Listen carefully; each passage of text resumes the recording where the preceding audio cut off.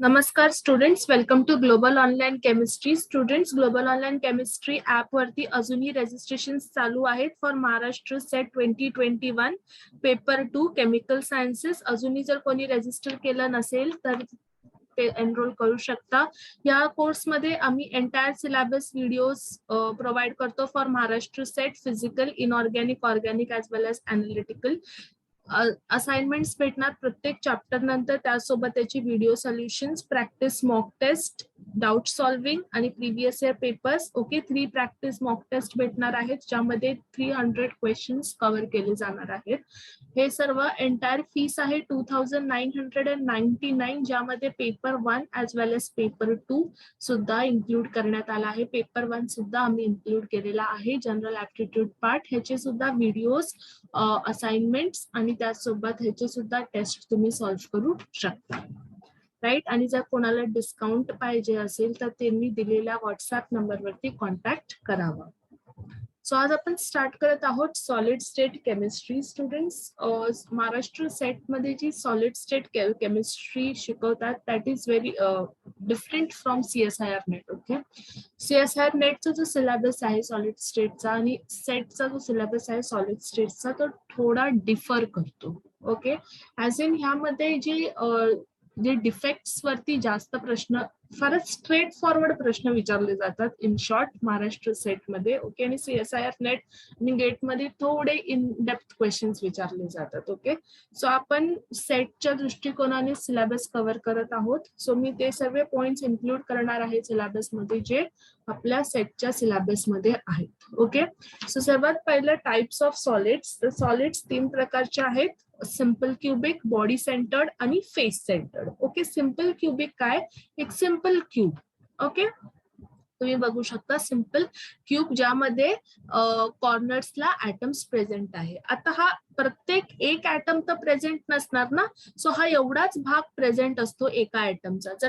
तर मला जर नंबर ऑफ ऍटम्स फाइंड करायचे असतील, number of atoms per unit sale.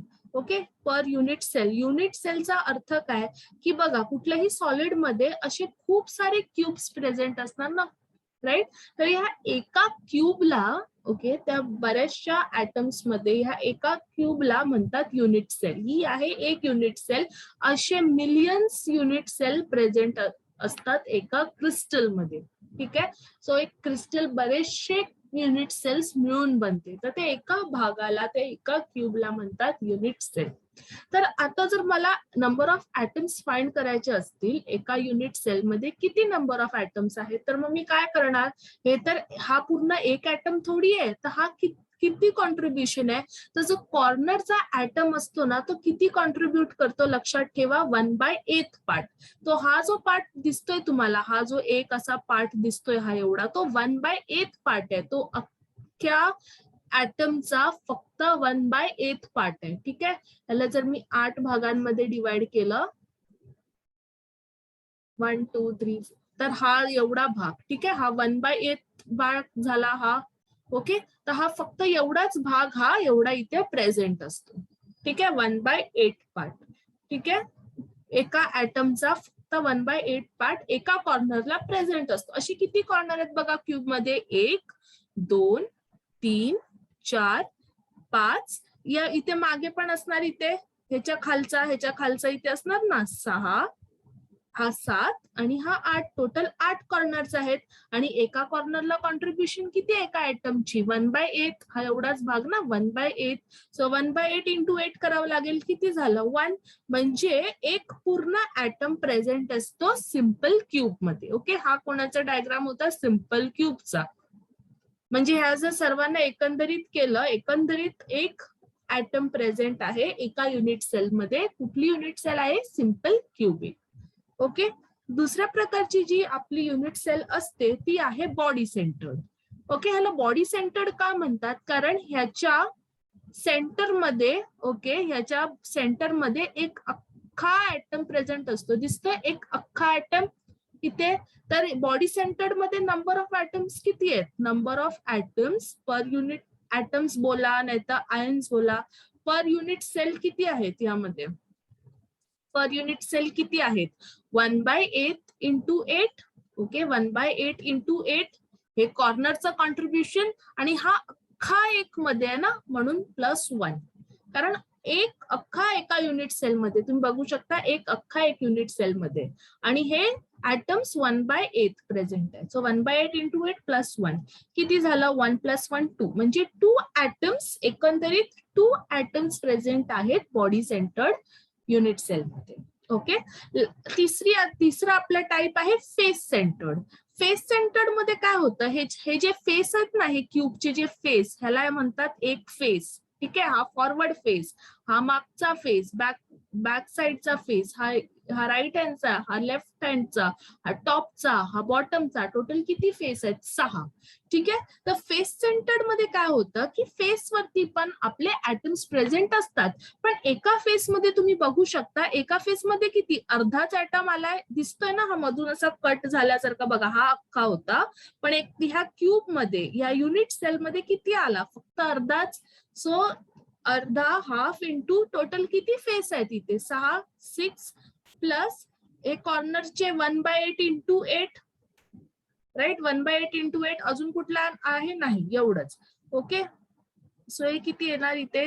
3 आणि किती? 1. सो 3 + 1 किती? 4. म्हणजे फेस सेंटर्ड मध्ये टोटल किती ऍटम्स प्रेझेंट आहेत? 4. कळालं? म्हणजे सर्वांना जर तुम्ही एकत्र केलं ना, हा हाफ एक झाला, इथून 2, इथून 3, है ना, आणि हे सर्व 1/8 into 8 किती? 1. तर टोटल 4 ऍटम्स प्रेझेंट असतात फेस सेंटर्ड मध्ये. ओके. तर हे जे क्युबिक सिस्टम्स आहेत स्टुडंट्स, ते टोटल 7 प्रकारचे असतात. ओके. हे 7 प्रकार कशाच्या आधारे 7 प्रकार केलेत? तर एज लेन्स आणि axial length. Edge length, okay, edge length म्हणजे जर मी इथे क्यूब ड्रॉ केला, ठीक आहे. सो हा एक ऍक्सिस, हा एक ऍक्सिस आहे, आणि हा एक ऍक्सिस आहे ना. लेंथ ही आहे ब्रेथ, आणि ही आहे हाईट. त्याला ए घ्या, ह्याला बी घ्या, ह्याला सी घ्या. ठीक आहे. तिन्ही एज लेंथ. कळालं? या हे एज लेंथ आणि ऍक्सियल अँगल्स. ठीक आहे. ए आणि बी मधल्या अँगलला अल्फा, बी आणि सी मधल्या अँगलला बीटा, आणि ए आणि सी मधल्या अँगलला गामा. ठीक आहे. हे अँगल्स आहेत. ए आणि बी मधला काय आहे? अल्फा, म्हणजे हा अल्फा आहे.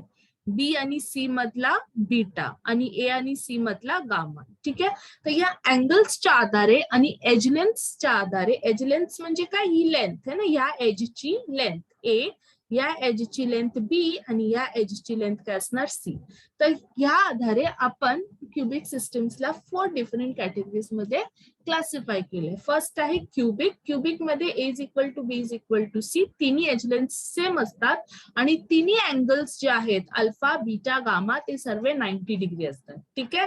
सो ही सर्वात सिमेट्रिक आहे, कारण इथे सर्व एज लेंथ पण सेम आणि ऍक्च्युअल अँगल्स पण सेम. त्यानंतर टेट्रागनल. टेट्रागनल मध्ये ए इज इक्वल टू बी, म्हणजे हे दोन इक्वल असतात, पण जो सी असतो तो नॉट इक्वल असतो, म्हणजे जी हाईट आहे ती इक्वल नसते, त्याचे काय वेगळ्या डायमेन्शन्स असतात. ठीक आहे. पण यामध्ये अँगल्स तिन्ही सेम असतात, 90 degree. Alpha is equal to beta is equals to gamma is equals to 90 degree. त्यानंतर हेक्सागोनल मध्ये पण सेम तसंच, A is equal to B not equal to C, पण इथे काय आहे? इथे अल्फा आणि बीटा 90 डिग्री असतं, पण जो गामा अँगल आहे, ए आणि सी मधला जो अँगल आहे गामा अँगल, तो 120 डिग्री असतं. ठीक आहे.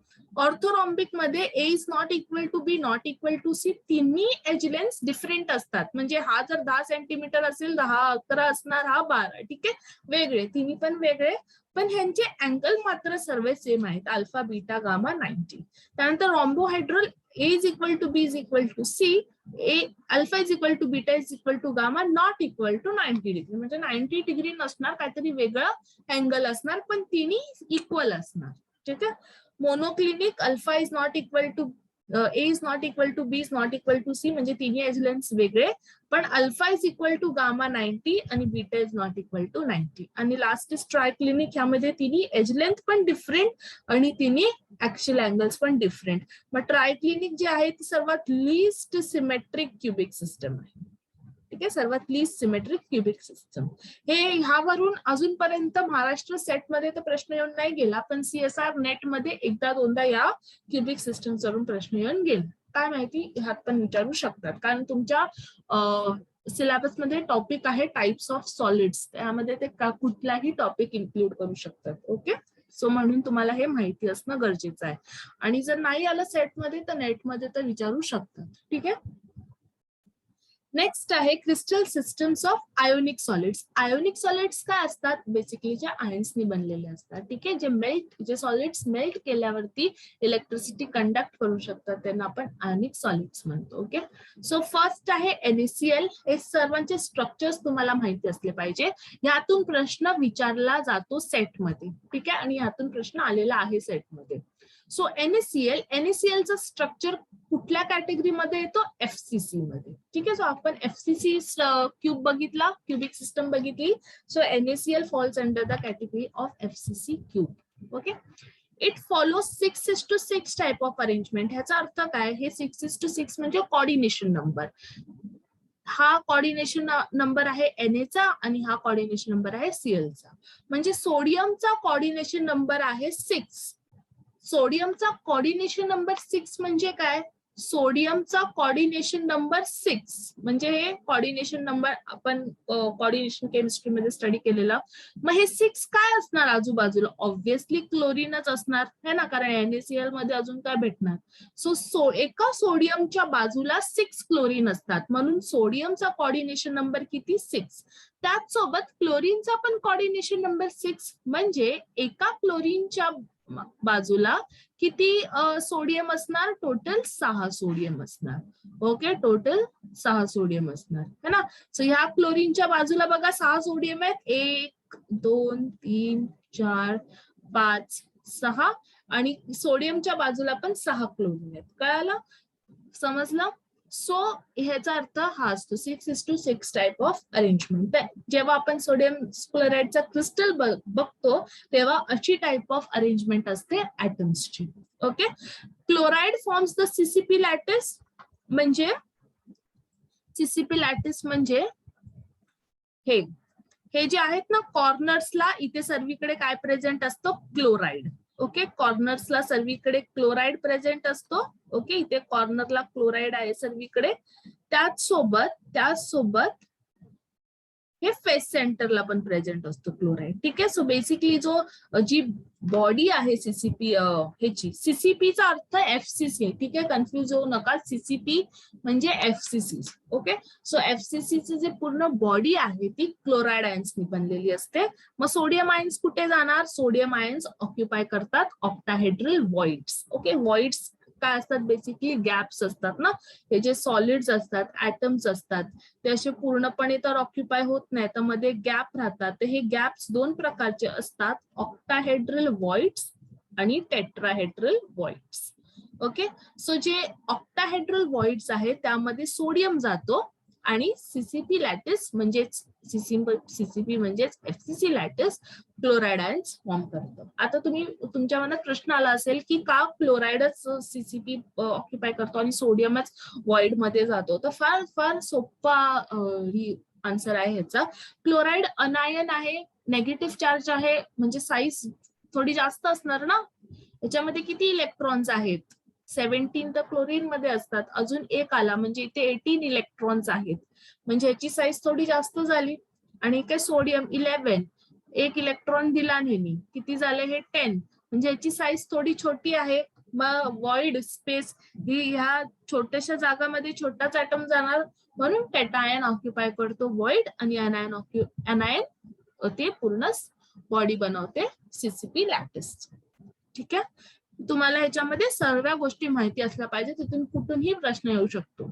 ओके, नेक्स्ट आहे caesium chloride. Caesium chloride BCC बनवतो. Okay, 8:8 type of arrangement. हे तर तुम्हाला समजलं. 8:8 म्हणजे हा सिझियमचा कॉर्डिनेशन नंबर हा क्लोराईडचा कॉर्डिनेशन, म्हणजे सिझियमच्या आजूबाजूला 8 क्लोराईड प्रेझेंट आहेत आणि क्लोरीनच्या आजूबाजूला 8 सिझियम प्रेझेंट आहेत. हे काय बनवतं, बीसीसी लॅटिस बनवतं. बीसीसी म्हणजे काय, बॉडी सेंटर, जे मी तुम्हाला अगोदर शिकवलंय.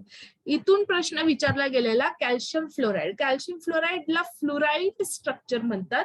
त्याचे दुसरे एक्झाम्पल्स आहेत कॅल्शियम आयोडाइड, बेरियम डायफ्लोराईड. हे कसं टाइप ऑफ अरेंजमेंट बनवतं, 8:4. 8:4 म्हणजे काय, कॉर्डिनेशन नंबर कॅल्शियमचा किती आहे 8 आणि फ्लोरीनचा किती आहे 4. कॅल्शियम फॉर्म्स सीसीपी अरेंजमेंट, ह्यामध्ये कॅल्शियम सीसीपी, सीसीपी म्हणजेच काय एफसीसी, आणि fluoride occupies the tetrahedral voids. Okay, इथे फ्लोराईड लक्षात ठेवा टेट्राहेड्रल वॉइड्स मध्ये जातं. ओके, आता जर तुम्हाला कुठल्याही स्ट्रक्चर मध्ये बघायचे असतील की किती एक ऑक्टाहेड्रल आहेत, किती टेट्राहेड्रल वॉइड्स आहेत, तर खूप सोपं आहे.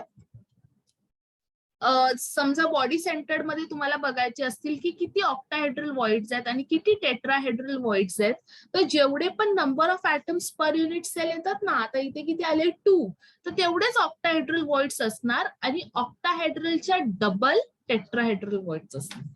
ठीक आहे, इथे फेस सेंटर्ड मध्ये पण ऑक्टाहेड्रल वॉइड्स किती असणार, जेवढे ऍटम्स आहेत तेवढेच 4, आणि टेट्राहेड्रल वॉइड्स किती असणार, ह्याचे ऑपोजिट 8. काय आलं, ऑपोजिट नाही सॉरी, मल्टिप्लाय बाय 2. जेवढे पण ऑक्टाहेड्रल त्याला मल्टिप्लाय बाय 2 करा, टेट्राहेड्रल वॉइड्स येणार. समजलं. सो इथे बघा, जो आपला फ्लोराईड स्ट्रक्चर आहे तो कसा बनवतोय, 8:4. म्हणजे कॉर्डिनेशन नंबर कॅल्शियमचा किती आहे 8. ह्याचा अर्थ काय की 8 फ्लोरीन ऍटम्स प्रेझेंट असले पाहिजे, है ना. आणि इथे काय त्यांनी दिली नाहीत, fluorine atoms tetrahedral void occupy करतायत. म्हणजे बघा कसं, एक तर हा सीसीपी लॅटिस आहे, सीसीपी मध्ये 4 ऍटम्स असतात ना प्रत्येक युनिट सेल मध्ये, म्हणजे ऑक्टाहेड्रल वॉर्ड किती आहेत इथे 4, आणि टेट्राहेड्रल वॉर्ड मग किती असले पाहिजेत 8. म्हणजे 8 टेट्राहेड्रल वॉइड, आणि फ्लोरीन टेट्राहेड्रल वॉर्ड मध्ये जात आहे, म्हणजे 8च फ्लोरीन असणार ना, 8 टेट्राहेड्रल वॉर्ड मध्ये 8 फ्लोरीन जात आहेत. कळालं, कॉर्डिनेशन नंबर वरूनच आपण हे पुढचं स्टेटमेंट लिहू शकतो की इथेच त्यांनी सांगितलेलं ना 8:4 टाइप ऑफ अरेंजमेंट, म्हणजे कॅल्शियमचा कॉर्डिनेशन नंबर 8 आहे, राईट. याचा अर्थ काय की 8 फ्लोरीन असणार, कारण कॅल्शियम कोणाशी कॉर्डिनेट करणार, दुसरं काय प्रेझेंट आहे इथे, फ्लोरीनच प्रेझेंट आहे ना, म्हणजे 8 फ्लोरीन, आणि त्या 8 फ्लोरीन कुठे जात आहे, टेट्राहेड्रल वॉर्ड मध्ये. कळलं. कधी कधी एक्झाम मध्ये लक्षात नाही राहणार की फ्लोरीन टेट्राहेड्रल मध्ये जातं की ऑक्टाहेड्रल मध्ये जातं. आता आपल्याला कळालं ना की 8 टेट्राहेड्रल वॉइड आहेत, कॉर्डिनेशन नंबर कॅल्शियमचा 8 आहे, मग फ्लोरीन कुठे जाणार, ऑब्व्हियसली टेट्राहेड्रल मध्ये, ऑक्टाहेड्रल मध्ये जाऊच शकत नाही, कारण 4च ऑक्टाहेड्रल वॉइड आहे, मग उरलेले 4 फ्लोरीन्स कुठे जाणार, असं तुम्ही विचार करून म्हणून असं समजून घ्यायचं आधी आणि नंतर, कारण मग जर समजून घेतलं तर जास्त लक्षात ठेवायची गरज राहत नाही. ठीक आहे. फ्लोरीनचा कॉर्डिनेशन नंबर किती 4. ह्याचा अर्थ 4 कॅल्शियम प्रेझेंट आहेत, म्हणजे एका फ्लोरीनच्या बाजूला किती कॅल्शियम प्रेझेंट आहेत 4 कॅल्शियम प्रेझेंट आहेत. ठीक आहे, मग कॅल्शियम ऑब्व्हियसली काय बनवणार, सीसीपी अरेंजमेंटच बनवणार ना, कारण एफसीसी मध्ये 4 ऍटम्सच असतात, मग ते 4चे 4 कोण असणार, कॅल्शियम. ठीक आहे, हे लक्षात ठेवा स्टुडंट्स, फ्लोराईड स्ट्रक्चर. त्यानंतर ऑपोजिट, जे फ्लोराईड साठी स्टडी केलं त्याच्या ऑपोजिट अँटी फ्लोराईड. ठीक आहे, इथे अरेंजमेंट काय होती 8:4, अँटी फ्लोराईड मध्ये अरेंजमेंट काय बघा 4:8. Okay, anti fluoride structure Na2O, sodium oxide किंवा लिथियम ऑक्साईड किंवा पोटॅशियम ऑक्साईड याचे एक्झाम्पल्स असू शकतात. जे तुम्ही आता फ्लोराईड आणि अँटी फ्लोराईड दोन्ही पाठ करायची गरज नाही, फक्त फ्लोराईड लक्षात ठेवा, त्याचे सगळं ऑपोजिट अँटी फ्लोराईड मध्ये लिहायचं. अँटी फ्लोराईड मध्ये काय कॉर्डिनेशन नंबर असतो 4:8. इथे ऑक्साईड आयन्स काय फॉर्म करतात सीसीपी, आणि सोडियम आयन्स टेट्राहेड्रल मध्ये जातात. ओके, जे तिथे त्याच्या ऑपोजिट इथे तुम्हाला लिहायचं. समजलं 4:8 तर तुम्हाला समजलं 4:8 म्हणजे काय, 4 कोणाचा कॉर्डिनेशन नंबर आहे सोडियमचा, 8 कोणाचा आहे ऑक्साईडचा. ओके, ह्याचा अर्थ सोडियमच्या बाजूला 4 ऑक्सिजन आहेत आणि ऑक्साईडच्या बाजूला 8 सोडियम प्रेझेंट आहे. ओके, नेक्स्ट आहे झिंक सल्फाइड. झिंक सल्फाइडचे 2 स्ट्रक्चर्स आपण मोस्टली स्टडी करतो, एक तर झिंक ब्लेड ज्याला सॅफेलराइट स्ट्रक्चर सुद्धा म्हणतात, आणि नेक्स्ट आहे वुडझाईड स्ट्रक्चर. तर दोन्ही स्ट्रक्चर्स मध्ये 4:4 टाइप ऑफ अरेंजमेंट आहे, म्हणजे झिंक च्या बाजूला 4 सल्फर असणार आणि सल्फरच्या बाजूला 4 झिंक आयन्स असणार. ओके, डिफरन्स पॉइंट कुठे येते की इथे जी सल्फाइड आयन्स आहे ती सीसीपी अरेंजमेंट मध्ये जाते झिंक ब्लेंड मध्ये, आणि वुडझाईट मध्ये sulphide HCP hexagonal close packed arrangement मध्ये जाते. ठीक आहे. बाकी सेकंड पॉइंट तोच आहे की half of the tetrahedral voids are occupied by zinc, इथे पण half of the tetrahedral voids are occupied by zinc. Okay, हे तुम्हाला लक्षात ठेवायचं सर्व. So that was all for this lecture. Okay, हा part 1 आहे. part 2 मी नेक्स्ट टाइमला पार्ट 2 मध्ये आपण डिफेक्ट्स स्टडी करणार आहोत, आणि तो खूप महत्वाचा आहे. डिफेक्ट्स वरून 2019 मध्ये पण प्रश्न विचारलेला, 2020 मध्ये पण प्रश्न आलेला डिफेक्ट्स वरून. ठीक आहे, खूप विचारतात. आणि त्यानंतर ते इलेक्ट्रिकल प्रॉपर्टीज मधून पण प्रश्न येतात. ठीक आहे, सॉलिड्स मधून. ह्या पार्ट मधून पण प्रिव्हियस इयर मधून प्रश्न विचारले गेलेले आहेत. हा पूर्ण बेसिक पार्ट आहे. ठीक आहे, सो हे पण तुम्हाला माहिती असलं पाहिजे, राईट. सो काही डाऊट्स असेल तर तुम्ही विचारू शकता. सो नेक्स्ट पार्ट मध्ये आपण बघूया.